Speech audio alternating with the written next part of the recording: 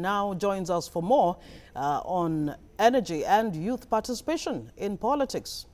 Well, you're welcome to the news. Thank you very much. For years now, Yes. the elders have held sway in Nigerian politics. As a matter of fact, they have been accused of being recycled over and over again. Do the youth stand any chance come 2015? Well, I think we are definitely at the crossroads in our polity today, and our youths make up majority of our population. It's a very youthful one. Indeed. With over 60% of the youths representing our population. There's definitely a disconnect, as you mentioned earlier, between the older generation and the youths. And who better can really understand, the aspirations of a youth better than a youth? So I definitely agree that there needs to be more youth representation at every level of government. Now, I'm not talking about a total takeover. What I'm talking about is we working hand in hand together with them to really achieve what we want to achieve and ensure the Nigeria project is successful. It looks like politics, is not very attractive to the young people. How do you intend to get them involved? In past elections, it's been discovered that young people hardly ever show up. Well, I think that is changing now because the perception, before was on election day, it's just the thugs that come out. People generally used to be scared.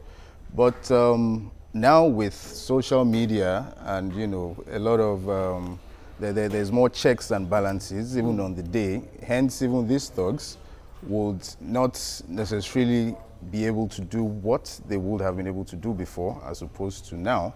And, the youths are really clamoring for change. And obviously, they also want their votes to be recognized this time around. So definitely, I think it's changing.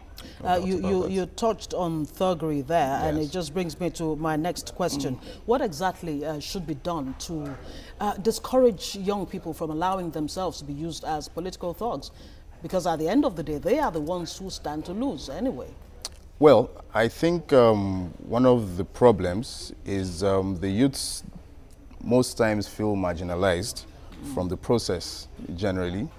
And they feel, well, if this is the only way we can participate, which is not necessarily something that is positive, then so be it. But if they can also have their own representatives, I think this ideology will change, and they will see a need for them to participate positively as opposed to negatively on the election day. But it's the elders who actually use them as thugs. It's the elders who give them money, give them guns, arms and all of that. How are you doing anything to make the young people realize that this is not the way to go? They should not allow themselves to be used. Yes, I've gone on a few sensitization programs to really talk to youths. Part of the problems, you would also agree with me, is the high rates of unemployment. Indeed. Our youths need to be engaged, which is why one of the areas that is a focus to me is more youth empowerment programs, so that we can really provide our youths with the right skill sets so they can even freelance on their own. They don't have to wait for an employer to call them. They can even get jobs outside the country. And once our youths can be engaged positively, then they have an option. Okay, you're going to the House of Representatives. House of Reps. Yes. Besides the rhetoric of helping to provide the basic necessities of life, what do you think you will be bringing to the table when if elected? Well, I think generally, like I mentioned earlier, there's a feeling out there of the politics being practiced not being that of politics of inclusiveness, whereby all stakeholders are involved in decision making. All stakeholders are carried along. It's my intention to practice, like I said, politics of inclusion, whereby all stakeholders are carried along. We'll hold regular town hall meetings. We'll really know what our problems are. And we in the legislative, our job is more or less we are more or less the society's post office. So it is whatever we discuss in these meetings that we will take to the the National Assembly, so that the voice of the people can be heard and solutions can be preferred to some of these problems. I assume you've been working with young people, the Yes. youth. In your interactions with them, what would you say is the biggest challenge of the Nigerian youth today?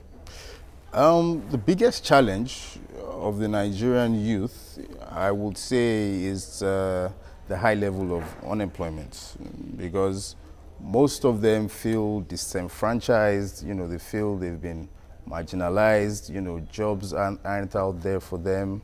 You know, there's no welfare, you know, program out there for them. So I strongly believe this is one of the greatest time bombs we sit on in this country, and the sooner we start looking for solutions and preferring solutions to these problems, the better it will be for us in this country.